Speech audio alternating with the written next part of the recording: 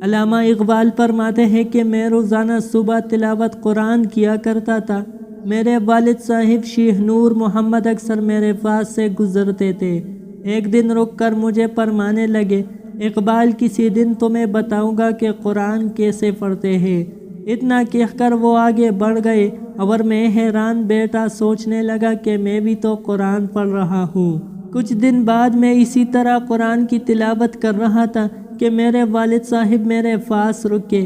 جب میں خاموش ہوا تو مجھے کہنے لگے، جب قرآن پڑھو تو یوں سمجھو جیسے یہ اللہ نے صرف تمہارے لیے بھیجا ہے، اور اللہ پاک براہ راست تمہارے ساتھ خطاب کر رہا ہے اور تمہیں اپنی زبان سے احکامات دے رہے ہیں۔ جب اس کیفیت کے ساتھ قرآن پڑھو گے کہ قرآن کا مخاطب اللہ ہے تو پھر تمہیں اس کی لذت ملے گی۔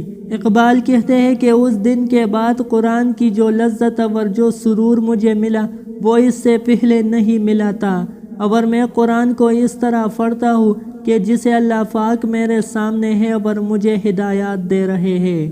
اللہ تعالی ہم سب مسلمانوں کو قرآن مجید کی تلاوت اور اس پر عمل کرنے کی توفیق عطا فرما دے۔